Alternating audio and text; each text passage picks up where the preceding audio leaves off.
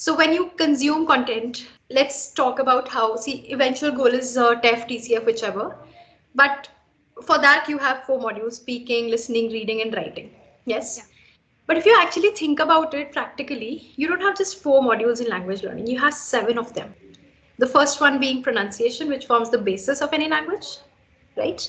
If pronunciation is not sorted, nothing is. Yes?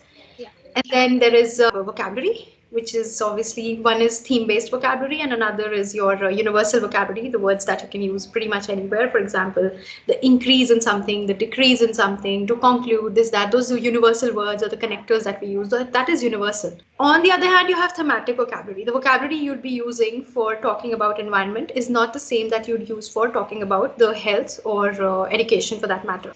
The third module being grammar. Now, grammar is the structures, sentence structures, which is a combination of complex structures, simple structures. We learn simple to complex always. We don't complexify things just immediately. We go for simpler ones first. Grammar has an end to it, whereas vocabulary is infinite for any language. We don't know the entire vocabulary even of our own mother tongue. And vocabulary is something we keep coming across new words even till the last day of our life for any language. So that needs to be understood, because a lot of times students tend to get impatient. Why do I not know enough vocabulary? Well, that's the simple reason. Well, even I, having done a C1 now, right now doing my C2 and a master's, I keep coming across words and vocabulary, but I don't never get impatient about it. Three things being sorted comes into a picture: your reading and listening. Reading and listening not as paper solving, but reading and listening as consumption of content. So, content that's been written by natives or that's been spoken by natives. There's a lot of content available online, free of course. YouTube is the best resource, I can tell you. Plus, you have a lot of articles, blogs, etc. written. Just 2-3 days ago, I came across a video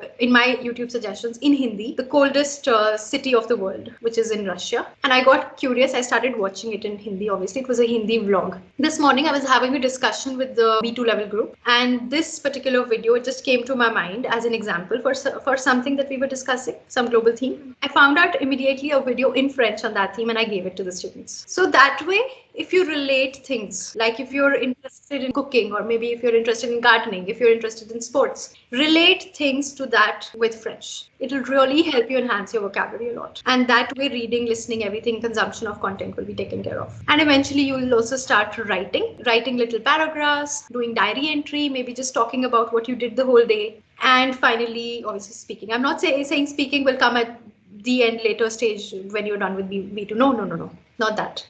You'll be able to do some speaking, but you cannot at least levels A2, B1, you cannot expect to start very fluently, start speaking very fluently. It'll come in with certain amount of fear, with lots of errors, but the confidence is what needs to be built over here.